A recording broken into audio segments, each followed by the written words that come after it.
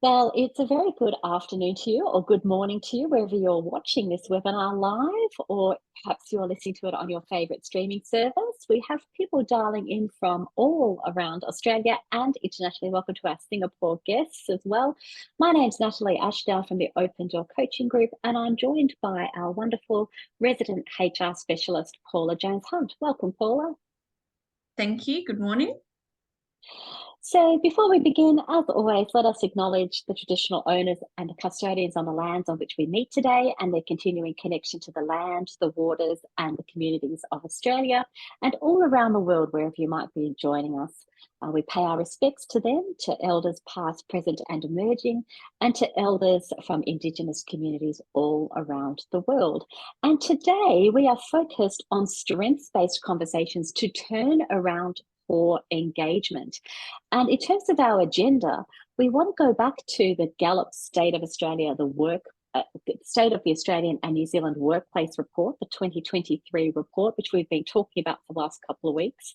We want to talk about what can we do to turn around engagement. I feel, Paula, like we're on a mission, all of us, the Open Door alumni, everyone listening, to turn around poor engagement in the workplace. So we'll be talking about that today and how a focus on strengths-based conversations can help engagement in the workplace. We've got some very impressive statistics to share with you and some very I think some great ideas that we've actually seen work in our workplaces. Of course, if you are new to the Coaching Cafe, welcome. We are all about creating a community, sharing our learned experience, and having thought-provoking conversations like this one that we've been having for the past 3 or 4 weeks, and we will continue to have over the next couple of weeks. And I'm pretty sure into the new year, as we really focus on workforce engagement, what we can do to turn that around. Of course, if you are here because you are interested in your free CCEs, your continuing coach education points, then please make sure you stay on the line and capture that at the end of our session. Renewal time for ICF credentials is on now. A lot of people have to renew by the 31st of December, including myself. I just got a message I have to renew my MCC, my Master Credential Coach.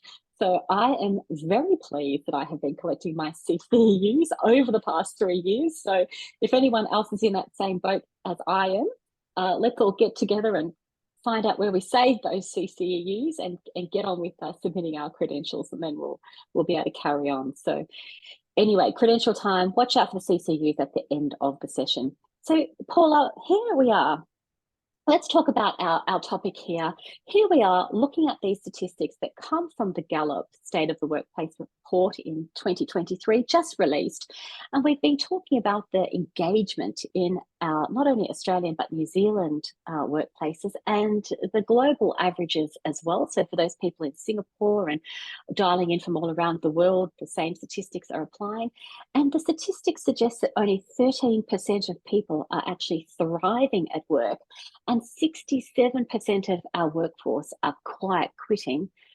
20% are loud quitting. They're actually actively quitting. And I know we've talked about it for the last couple of weeks, Paula, but every time I think about that there's only 13% of our workforce that are really thriving at work, I feel really concerned, and I feel like us as an alumni, as a group of leaders and coaches, can do a lot to turn this around. Are you still thinking about those statistics like I am, Paula? Yeah, I guess the bit for me is the bit that it says it's near at a 10-year high, which just always reminds me that this is not necessarily a new topic, but it's something that I think all organizations think. I think at the core they're thinking about it and have been trying to work on it, or don't know what to do, or have I think some places to accept that it's just going to be that, and so they are not doing a lot to change that. But to me, what that says is there's a lot of unhappy people at work, and given that we spend a lot of time at work, it seems really sad to me that most people, because 80% is a lot, most people are not going to work with a spring in their step and thinking that there's going to be a great day.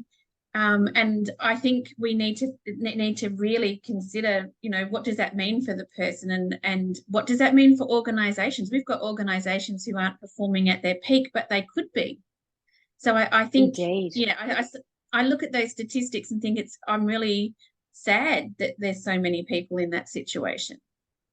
Yes, indeed. And only 20% actually thriving at work. And I look at the statistics and I think about the Open Door alumni, and I think what a great opportunity to make a difference as well. So, yeah, where there is disappointment, as you suggest, there's also opportunity for us as coaches and as leaders to work together, I think, to turn it around. And just for those of you that are new to this concept, the workforce report said that most employees in Australia, 67% in Australia and 67% in New Zealand, are quiet quitting. It means that these employers are filling a seat and watching the clock. They put in the minimum effort required and they're psychologically disconnected from their employer. Although they're minimally productive, they're more likely to be stressed out and burnt out than engaged workers because they feel lost and disconnected from their workplace. So this is what we're actually talking about. How can we, with a strengths-based coaching approach, turn this status around? And the good news is that 70% of team engagement is attributed to the manager, and the workers in the report, it says the workers are actually winnable. So if they have a manager who knows how to motivate them, who knows how to increase their engagement, who knows how to work with them, who knows how to coach them, then we can actually start turning this engagement around. And I want to share with everybody, all of the Open Door Coaching alumni will have seen this graph in our strengths-based coaching module, in our Certificate 4, in workplace and business coaching. But let me share it with everybody else who might not be familiar. The research says that people using strengths in their organizations, when managers coach their people to their strengths, we can see a 73% improvement in engagement. And that's what we're focusing on. Yes, we've got other statistics there, 11% reduction in absenteeism, a 15% increase in sales. What about this 29% increase in profit, 36% increase in productivity, 49% lower turnover in staff, and 67% of employees are more engaged.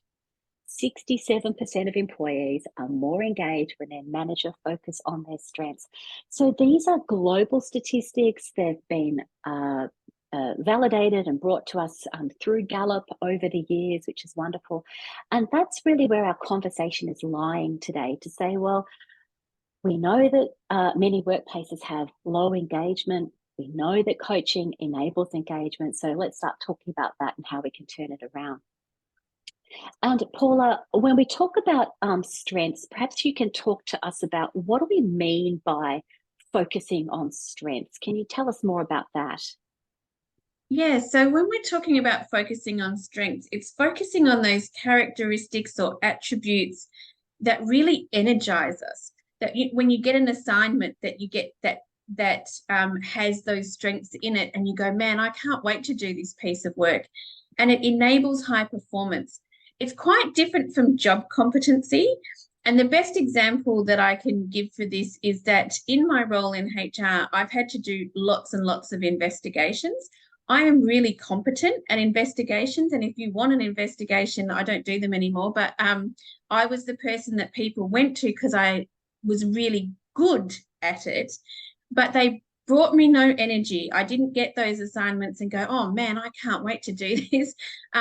If you said to me, let's put together a leadership program and really build capability of managers, now I'm excited. Now I'm energized. That's what I want to do. That's where you're going to get great performance for me. It doesn't mean that I didn't do the investigations. It just meant that I wasn't energized by doing those investigations.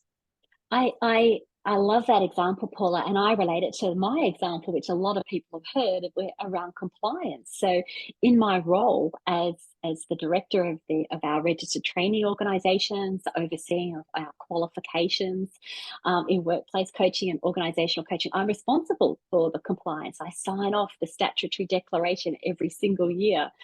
And I'm very, very good at compliance, just as you are with investigations and that critical HR work. But am I energized by the work? Not particularly. So, I could. People in the workforce can be good at what they do, but it doesn't mean they're energized, and therefore they're not engaged. They're not bringing their full capacity to the workplace. So we're looking for what energizes the person and at the same time what they're good at, not just one or the other. Quite often people get loaded up with work that they're good at but not particularly energized by. So we'll give you the investigations, Paula, because you're good at it, but you're not particularly energized. You'll do a good job, but you won't be bringing your full self and your full strengths to your work. I even go so far as to say I'll be underperforming a bit. And what I mean by that is that I might be procrastinating, I might be doing other things, I might be just slower in the work that I'm doing. And the reason for that is because I'm not particularly energized by the work. So this is where, as leaders and coaches, we can have a really great conversation. And what we're talking about here, I love this graph that says we're trying to identify how do people stay in their green zone, playing to their strengths at work, because that's where we're going to see the highest level of engagement. When people are underplaying their strengths, they're disengaged. They're not bringing their best self to work.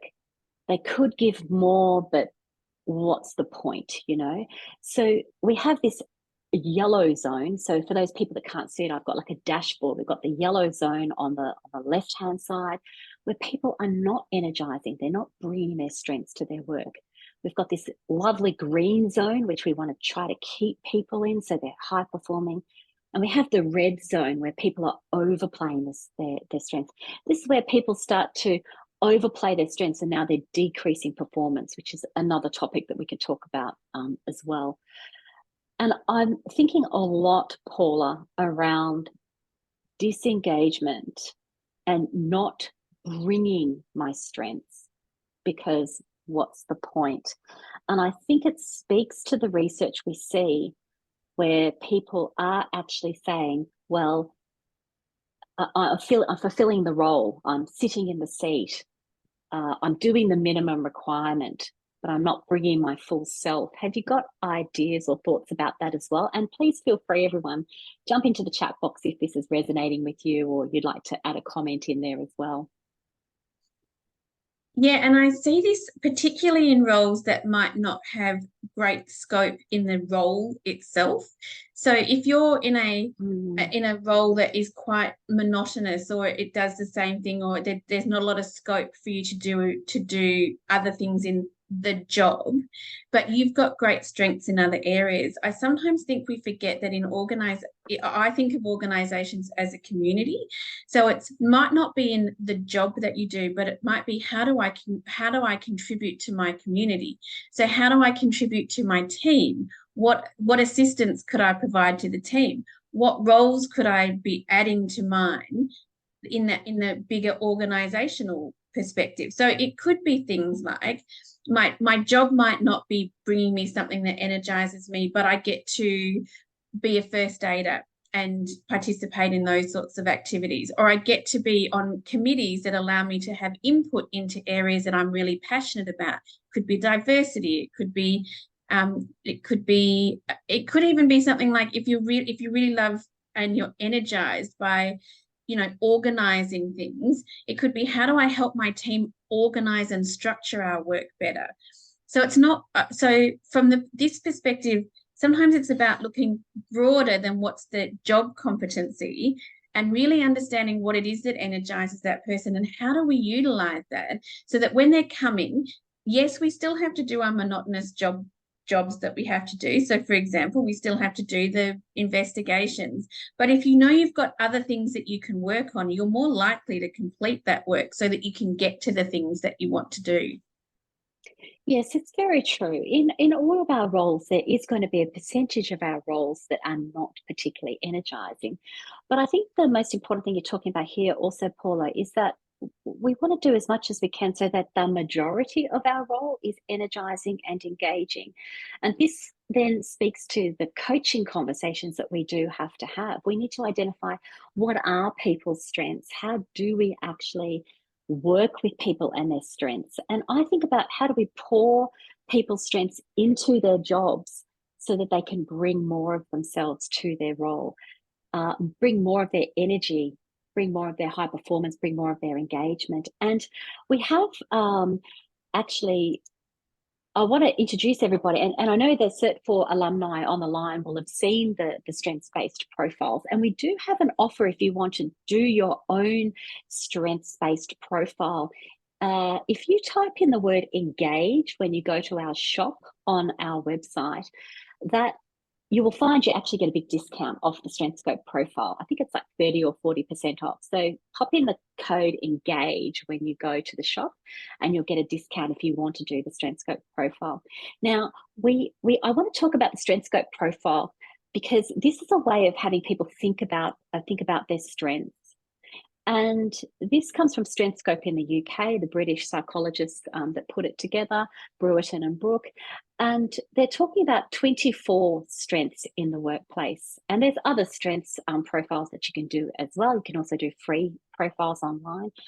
The psychologists talk about 24 workplace strengths that we might be able to focus on. And I've put up a graph here for everyone to see. This is what the actual profile looks like once you do it. You get this graph and you can see for those people, you can also go online with our blog if you're listening to this later, or if you're listening to this online. You can see there on the graph, which you'll see on our blog, you can see the purple bars, and these are the purple bars which are the most energizing bars. So they're the top 7 bars that this person has that most energizes them about the work. And then you'll see that there's other blue bars, which means that they're not particularly energizing. So all of a sudden we can find out what actually motivates the person and what doesn't motivate them. And if we actually look at this graph, we can see that leading, building relationships, being creative, focusing on strategic mindedness and achieving results really energizes this person. And this is just a sample report that we brought. The person is not particularly energized by developing people, self-improvement, etc. Not particularly energized by the detail. So if you have a person who's in a very, very detailed job, but they're particularly energized by strategic mindedness and creativity, they're not going to be bringing their strengths to their work.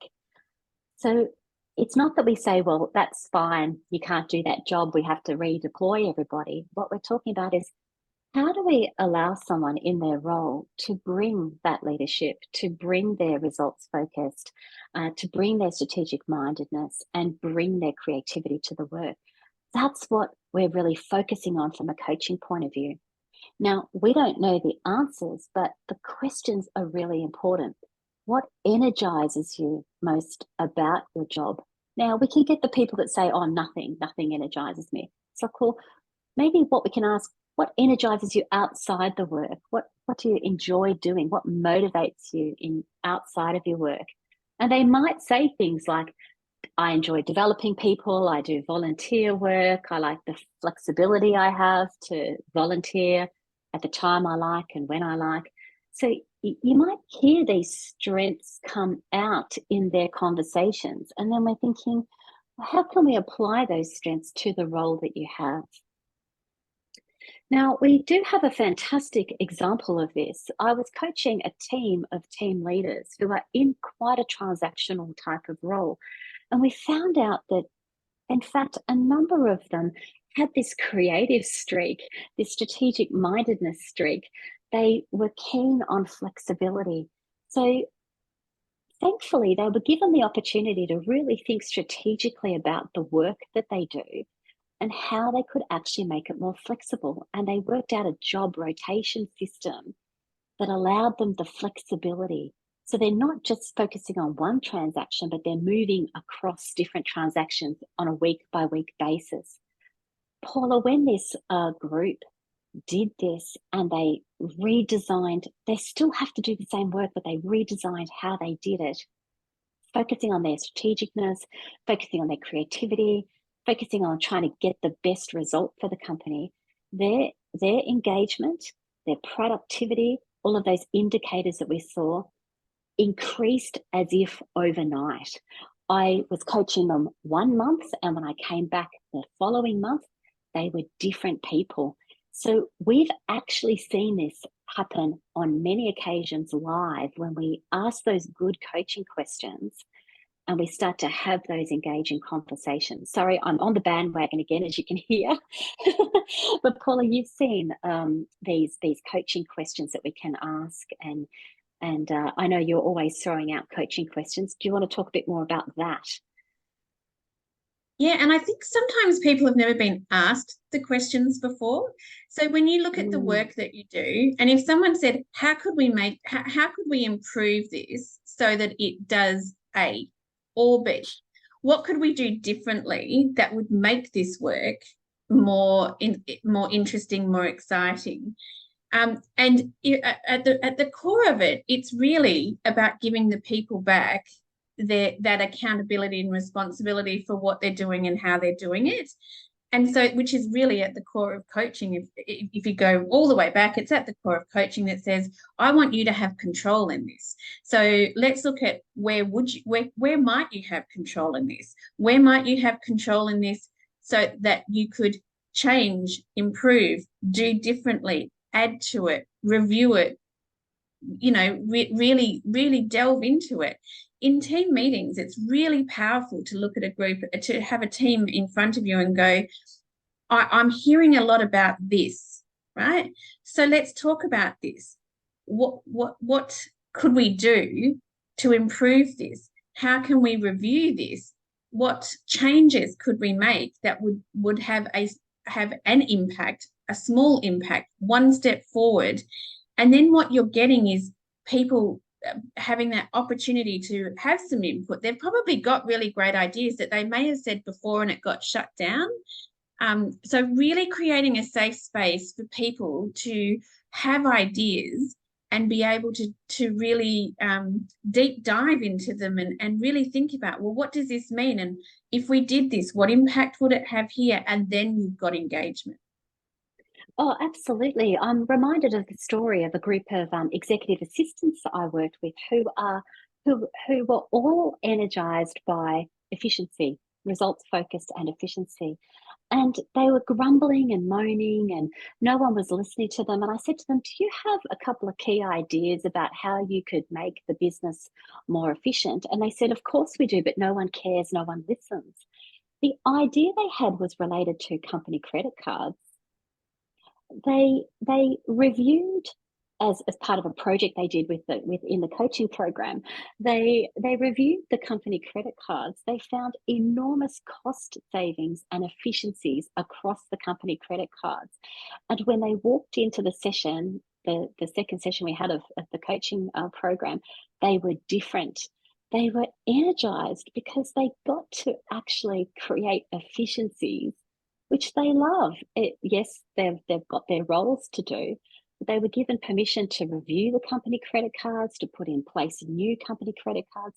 Not only did they save the organisation thousands of dollars in fees and etc., but they were energized because now they've got this new efficient process for actually dealing with company credit cards.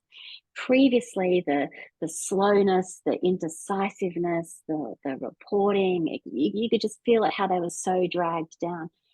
They were engaged and motivated. I thought, if you can do this with one team and unlock their creativity, their efficiencies, their efficiency strength, then what can we do with the broader organization? So it's those kind of examples that we can generate lots and lots of examples for you. But this is our job, as leaders, as managers, as coaches, to start having these great coaching conversations, like you say, Paula, thinking about what are your strengths? What energizes you most about your workplace? What would you like to do differently? With all of these coaching questions that we can generate. And as it's our job to try to unlock that. Now, yes, we can use the Strength Scope profile, or you can be listening in their conversation and go, sounds like you are really you want more flexibility in your role. So you still have to do your job, but what can we do to give you a bit more flexibility? What might that look like? Well, it sounds like you really want to achieve certain results for the organization. What can we do to enable that? The what, how, who, when, where, the growth mindset, the above the line thinking, all of these coaching tools, coaching questions come into our conversations here. The reframe question is the beautiful one in here too, is that, I can't have flexibility. Okay, so what could we do to get you flexibility? I also like the tell me more question. So tell me more about what flexibility means to you, because you need to make sure you're on the same page in the definition of the word that's being used. So tell me more about what creativity looks like for you. Tell me more about how strategic mindedness energizes you, so that you get a greater depth to the conversation. And you're also, if we think about the grow model, you don't want to step into solving it too quickly. You want to find out more about what it looks like and what are those options, and really broaden it out, and keep using the great coaching questions and the reframes and until you get really to the core of it, and then widen it up. What are the options? How could we do this? And give that person some ownership and responsibility in there. Absolutely. And we could go through every single one of these strengths and give an example. For example, decisiveness. So if someone has a strength around decisiveness and they're not being allowed to make decisions around their role, all of the decisions have to be run up the chain, sent to a higher authority to make those decisions, that person is not going to be engaged in the work that they do. They'd like to take ownership. They'd like to make decisions. They would prefer not to have to run decisions up the chain, but they're being held back. So it could be as something as simple as that.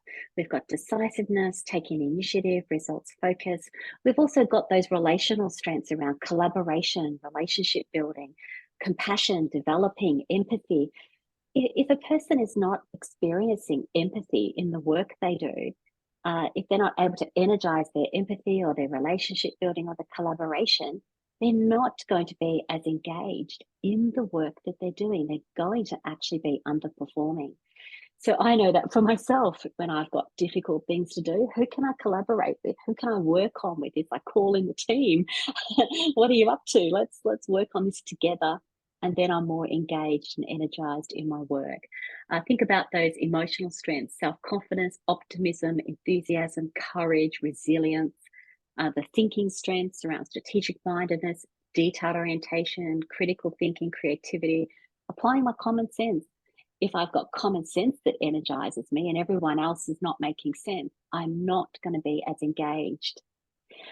So there you have it. That's a bit of a crash course on everything that we want to be focusing on when it comes to focusing on strengths and using strengths and identifying people's strengths, and then thinking about how do we pour those strengths into the work that they're doing to get this uplifted engagement. We've given some great examples of where we've seen it. And now it's our jobs, I think, as managers, as leaders, and as coaches to go out and have those conversations. The great news is over the next couple of weeks, we have some guest speakers coming. So leaders who are going to join us on our coaching cafe to talk about engagement. So watch out for our future coaching cafes. And we're coming to the end of the year as well. So we'll be doing a really great wrap up. Once again, everybody, if you are interested in getting your StrengthScope profile, make sure you use that code ENGAGE. And we have our diploma, our Cert 4 in workplace and business coaching, which features strengths-based coaching, leader as coach, mental health first aid training. All of these things are coming up as well. So thank you everyone for joining us. We really appreciate you engaging with us and being part of this force multiplier effect, I think, of a great group of leaders and a great group of coaches committed to increasing our workforce engagement. And thanks for your insights today as well, Paula.